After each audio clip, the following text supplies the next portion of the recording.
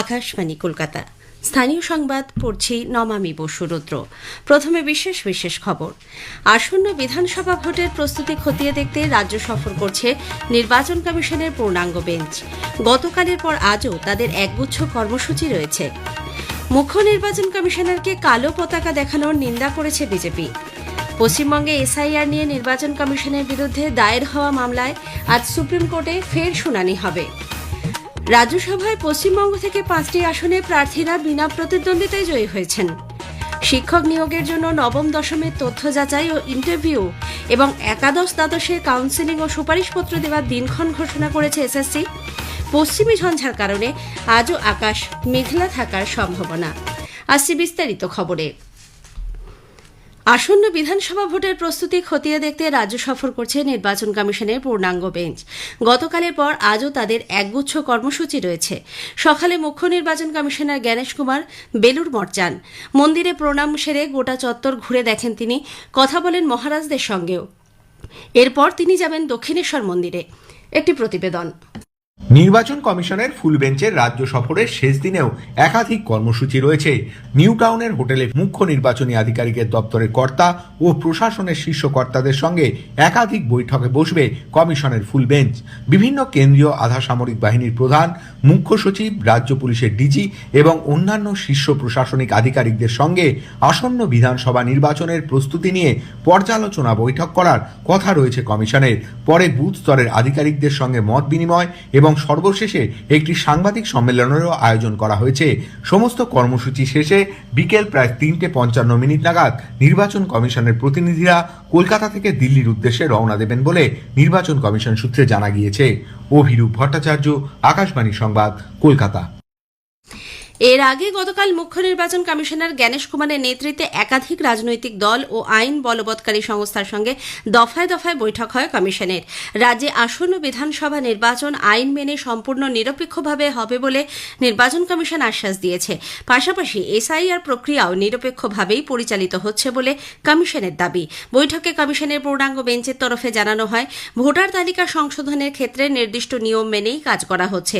কোনো নাম বাদ দেওয়া বা নতুন নাম অন্তর্ভুক্ত করার জন্য নির্দিষ্ট 3 ধরনের ফর্ম রয়েছে। যাদের নাম তালিকা থেকে বাদ পড়ছে তাদের প্রয়োজনীয় নথি সহ সংশ্লিষ্ট ফর্ম জমা করলেই বিষয়টি পুনর্বিবেচনা করা হবে। বৈঠকে 3টি কেন্দ্রীয় সংস্থার কাজকর্ম নিয়ে অসন্তোষ প্রকাশ করেন মুখ্য নির্বাচন কমিশনার জ্ঞানেশ কুমার। রাজ্যের আবগারি দপ্তরকেও সতর্ক করা হয়েছে বলে কমিশন সূত্রে জানা গেছে। অন্যদিকে রাজ্যের আধিকারিকদের উদ্দেশ্যে স্পষ্ট বলা হয়েছে, শুধুমাত্র নির্বাচনের আগে নয়, পুরো প্রক্রিয়া জুড়েই কমিশনকে সক্রিয় থাকতে হবে এবং কঠোরভাবে কার্যকর করতে হবে সমস্ত নির্দেশ। আগেই জানানো হয়েছে, গতকাল রাজনৈতিক দলগুলির সঙ্গে বৈঠকে তৃণমূল কংগ্রেস বাদে প্রায় প্রতিটি দলই 1 বা 2 দফায় বিধানসভা ভোট করানোর দাবি জানায়। একই সঙ্গে নির্বাচনী আবহে সব রকম সন্ত্রাস বা হিংসা বন্ধেরও আবেদন জানানো হয়েছে কমিশনের কাছে।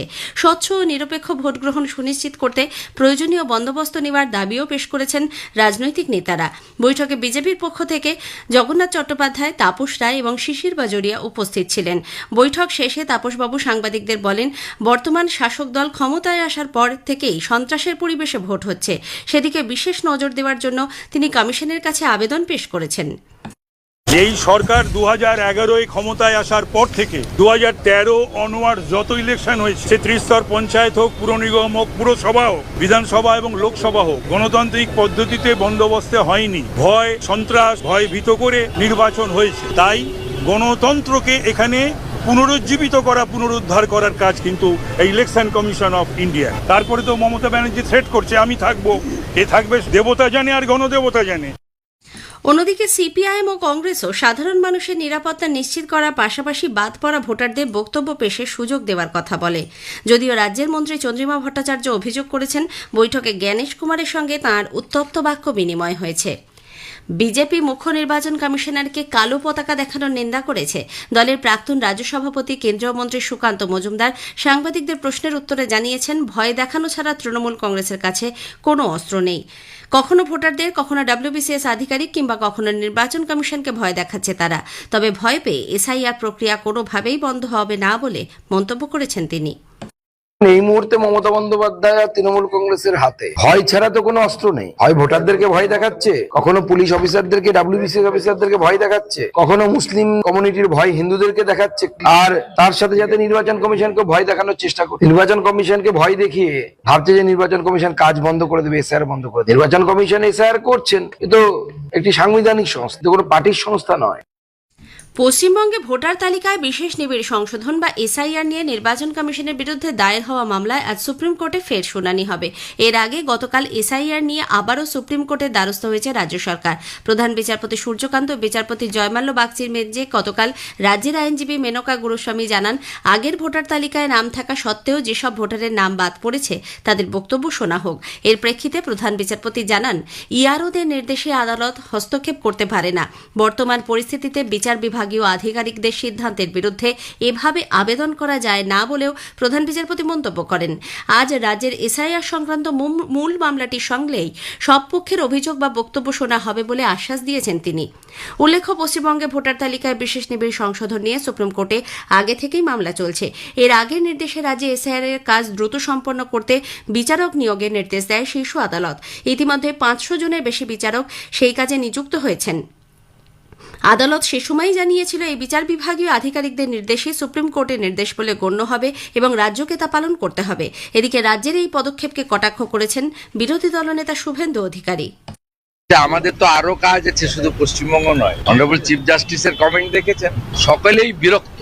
মুখ্যমন্ত্রী, তার সরকার এবং তার দলের আচার আচরণে প্রত্যেকটা মানুষই বিরক্ত। তার অভিব্যক্তি আজকে সুপ্রিম কোর্টের চিফ জাস্টিসের থেকেও শুনতে পাওয়া গেল। আজকের প্রসঙ্গে এবারের বিষয় কর্কট রোগ ও তার প্রতিরোধ। 2 পর্বের এই আলোচনায় আজ শুনবেন সার্ভাইকাল ক্যান্সার প্রতিরোধে ভারত সরকারের বিনামূল্যে এইচপিভি টিকাকরণ কর্মসূচি। বিশিষ্ট ক্যান্সার বিশেষজ্ঞ ডক্টর শঙ্কর নাথের সঙ্গে কথা বলেছেন কাশফিন নাহার। আকাশবাণী সংবাদ বিভাগ প্রযোজিত অনুষ্ঠানটির প্রথম পর্ব শুনবেন রাত 8টায় গীতাঞ্জলি, ডিটিএইচ বাংলা এবং আকাশবাণী সংবাদ কলকাতা সোশ্যাল মিডিয়া প্ল্যাটফর্মে। স্থানীয় সংবাদ শুনছেন আকাশবাণী কলকাতা কেন্দ্র থেকে। রাজ্যসভায় পশ্চিমবঙ্গ থেকে 5টি আসনে জয়ী প্রার্থীদের হাতে জয়ের শংসাপত্র তুলে দেওয়া হয়েছে। নির্বাচনের পর বিনা প্রতিদ্বন্দ্বিতায় জয়ী হন তৃণমূল কংগ্রেসের বাবুল সুপ্রিয়, কোয়েল মল্লিক, রাজীব কুমার, মেনকা গুরুস্বামী এবং বিজেপি প্রার্থী রাহুল সিনহা। মেনকা গুরুস্বামী উপস্থিত না থাকায় তাঁর হয়ে মন্ত্রিসভার সদস্য অরূপ বিশ্বাস শংসাপত্র গ্রহণ করেন। শিক্ষক নিয়োগ পদে নবম দশমের তথ্য যাচাই ও ইন্টারভিউয়ের দিনক্ষণ এবং একাদশ দ্বাদশের কাউন্সিলিং ও সুপারিশপত্র দেওয়ার দিনক্ষণ ঘোষণা করেছে স্কুল সার্ভিস কমিশন। এসএসসি জানিয়েছে 23শে মার্চ থেকে পরবর্তী 2 মাস নবম দশমের তথ্য যাচাইয়ের পর ইন্টারভিউ নেওয়া হবে। এসএসসির আঞ্চলিক দপ্তরগুলিতে এই প্রক্রিয়া সম্পন্ন হবে, তবে তথ্য যাচাই ও ইন্টারভিউ একই দিনে হবে না, সেজন্য আলাদা দিন স্থির হয়েছে। এ বিষয়ে বিস্তারিত পরে জানানো হবে। আরজিকর হাসপাতালে তরুণী পিজিটি চিকিৎসককে ধর্ষণ ও খুনের মামলায় দ্রুত ও নিরপেক্ষ নিষ্পত্তি করতে কলকাতা হাইকোর্টের প্রধান বিচারপতি সুজয় পালকে স্মারকলিপি জমা দিয়েছে অভয়া মঞ্চ। তাদের পক্ষ থেকে ডক্টর তমনাশ চৌধুরী, ডক্টর পূর্ণব্রত গুণ আবেদনে জানিয়েছেন, দীর্ঘদিন ধরেই থমকে রয়েছে অভয়া মামলা। 1.5 বছর কেটে গেলেও মামলার নিষ্পত্তি হয়নি। মূল অভিযুক্ত সঞ্জয় রায়ের সাজা ঘোষণা হলেও এই ঘটনার সঙ্গে সম্পর্কিত একাধিক মামলার শুনানি হচ্ছে না। এ ব্যাপারে প্রধান বিচারপতির হস্তক্ষেপ চেয়ে আবেদন জানানো হয়েছে। আনন্দপুর থানা এলাকা কসবা ইন্ডাস্ট্রিয়াল পার্কের জেনারেটর রুমে গত সন্ধ্যায় আগুন লাগে। এর ফলে জেনারেটর রুমটি অত্যন্ত ক্ষতিগ্রস্ত হয়, তবে বড়সড় কোনো বিপদ ঘটেনি। দমকলে 3টি ইঞ্জিন কিছুক্ষণের চেষ্টায় আগুন নিয়ন্ত্রণে আনে। এদিকে উত্তর 24 পরগনা গোবরডাঙ্গা স্টেশন সংলগ্ন বাজারে একটি খাবারের দোকানে আজ সকালে আগুন লাগে। দমকলের 2টি গাড়ি আগুন নেভানোর চেষ্টা চলছে। পশ্চিমী ঝঞ্ঝার কারণে আজও আকাশ মেঘলা থাকার সম্ভাবনা। আবহাওয়া দপ্তরের সাম্প্রতিক রাডার পর্যবেক্ষণে আগামী কয়েক ঘণ্টায় 2 মেদিনীপুর সহ পশ্চিমের বেশ কিছু জেলায় হালকা থেকে মাঝারি বৃষ্টির পূর্বাভাস দেওয়া হয়েছে। শেষ করার আগে স্থানীয় সংবাদের বিশেষ কিছু অংশ আরও একবার। আসন্ন বিধানসভা ভোটের প্রস্তুতি খতিয়ে দেখতে রাজ্য সফর করছে নির্বাচন কমিশনের পূর্ণাঙ্গ বেঞ্চ। গতকালের পর আজও তাদের একগুচ্ছ কর্মসূচি রয়েছে। পশ্চিমবঙ্গে এসআইআর নিয়ে নির্বাচন কমিশনের বিরুদ্ধে দায়ের হওয়া মামলায় আজ সুপ্রিম কোর্টে ফের শুনানি হবে।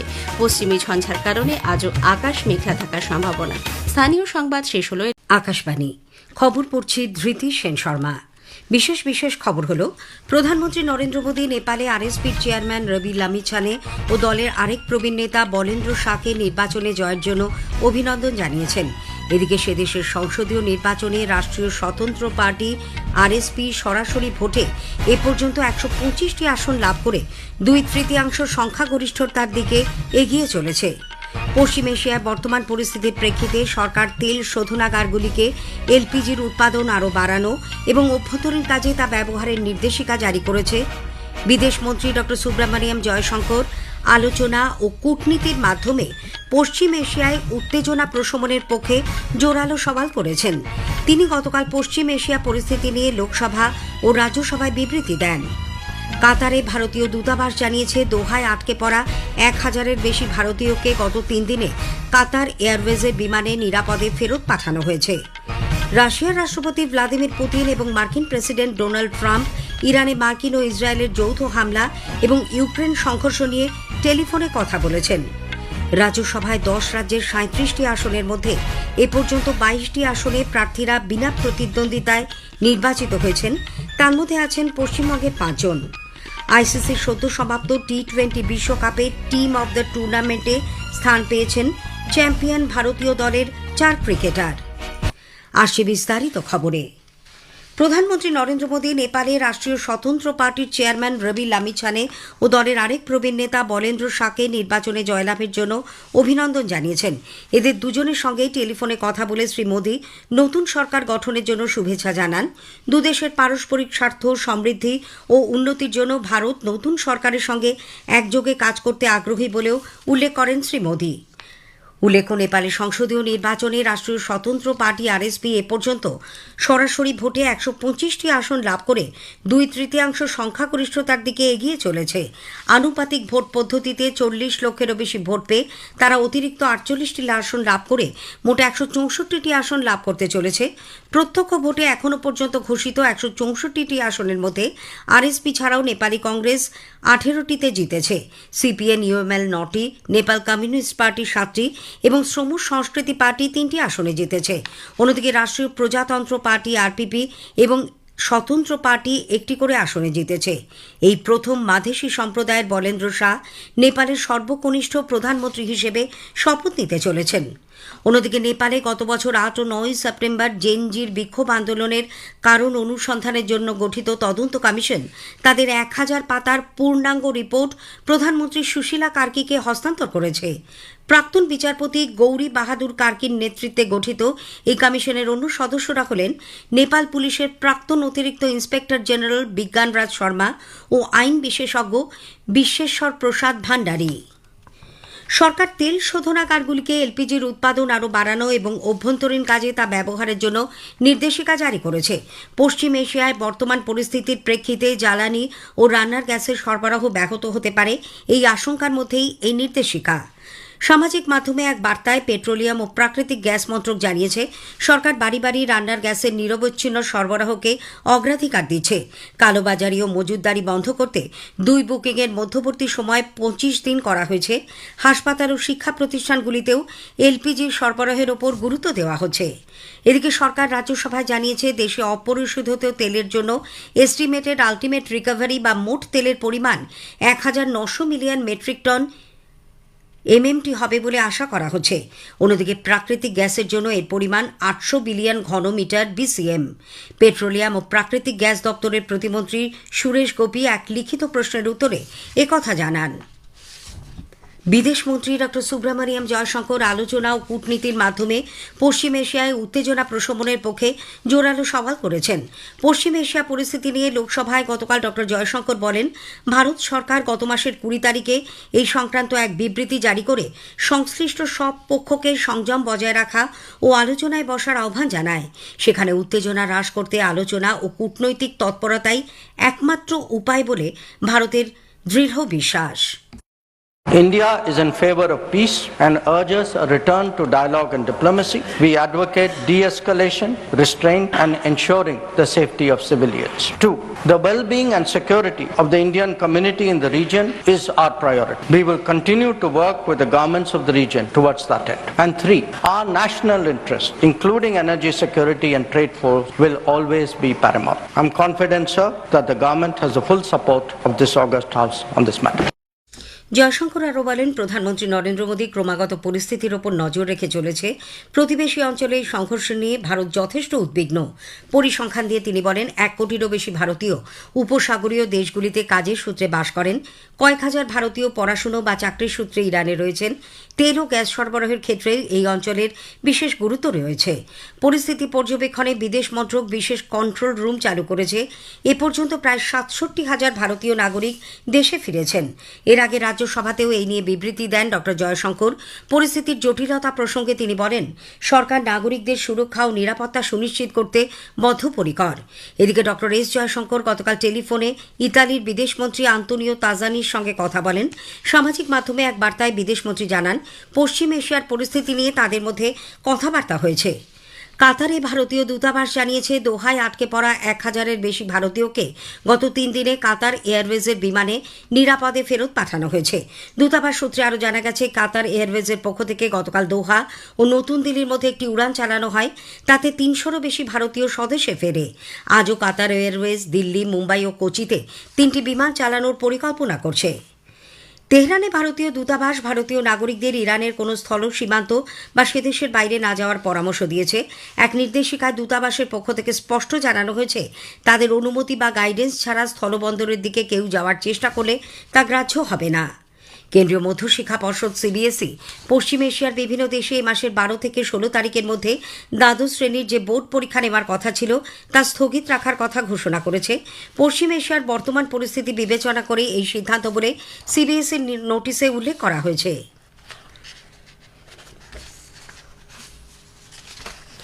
রাশিয়ার রাষ্ট্রপতি ভ্লাদিমির পুতিন এবং মার্কিন প্রেসিডেন্ট ডোনাল্ড ট্রাম্প ইরানে মার্কিন ও ইসরায়েলের যৌথ হামলা এবং ইউক্রেনের সংঘর্ষ নিয়ে টেলিফোনে কথা বলেছেন। ক্রেমলিন সূত্রে খবর জানা গেছে, পুতিনের কূটনৈতিক পরামর্শদাতা ইউরি উসাকোভ বলেছেন, উভয় নেতা ঘণ্টাখানেক বার্তালাপ করেন। ডিসেম্বরের পর দুই শীর্ষ নেতার এটি প্রথম আলাপচারিতা।